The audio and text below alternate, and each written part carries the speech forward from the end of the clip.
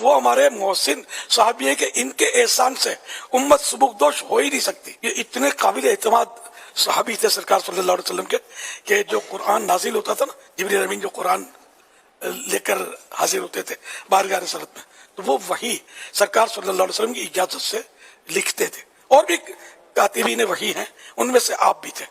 تو یہ جو اس وقت جو ہم قرآن کی تلاوت کر رہے ہیں، اس میں امیر معاویہ رضی اللہ عنہ کی جو یہ کام ہے نا آپ کا کتابت کا، انہیں سمجھو کہ قرآن کریم جو اب تک پہنچا ہے نا، اس میں سرکار صلی اللہ علیہ وسلم کی عطا سے ان کا بھی یوں پہنچنے میں حصہ ہے ہم تک. صحابی ابن صحابی نبی کاتب وحی حضرت سیدنا امیر معاویہ رضی اللہ عنہ کے والد محترم صحابی نبی حضرت ابو سفیان اور والدہ محترمہ صحابیہ نبی حضرت بی بی ہند رضی اللہ عنہما نے فتح مکہ سنہ 8 ہجری میں اللہ پاک کے پیارے پیارے آخری نبی مکی مدنی محمد عربی صلی اللہ علیہ وسلم کی بارگاہ عالی میں اسلام قبول کیا.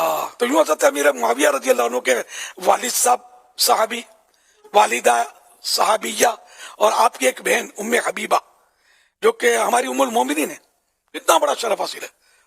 ام المومنین ام حبیبہ سرکار صلی اللہ علیہ وسلم کی زوجیت میں تھی. بخاری شریف میں صحابیہ نبی حضرت ام حرام رضی اللہ عنہ فرماتی ہے، میں نے نبی کریم صلی اللہ علیہ وسلم کو فرماتے ہوئے سنا، میری امت کا سب سے پہلا لشکر جو سمندر میں غزوہ یعنی جنگ کرے گا، انہوں نے واجب کر لی یعنی جنت. آپ رضی اللہ عنہ فرماتی ہے، میں نے عرض کی یا رسول اللہ صلی اللہ علیہ وسلم، کیا میں ان میں سے ہوں؟ غیب کی خبر دینے والے پیارے آقا صلی اللہ علیہ وسلم نے ارشاد فرمایا، تم ان میں سے ہو.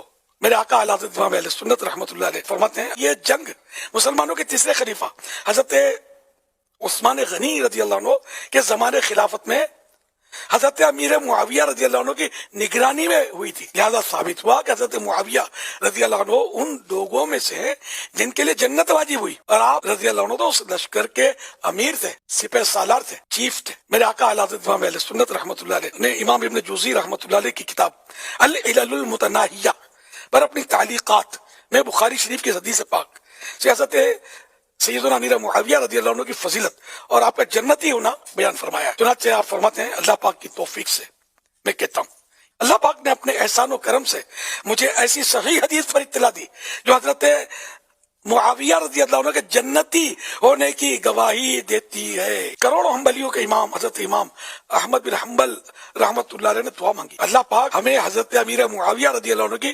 محبت میں موت عطا کرے. المرء مع من احبہ، یہ حدیث پاک کے الفاظ ہیں، جو جس سے محبت کرے گا اس کا حشر اسی کے ساتھ ہوگا. تو صحابہ اہل بیت سے محبت بالکل کرنی چاہیے ہمیں، ایک ایک اہل بیت سے اور ایک ایک صحابی سے محبت ہے. اور اللہ پاک ان کی محبت میں ہمیں ایمان و عافیت کے ساتھ مدینے میں جامع شہادت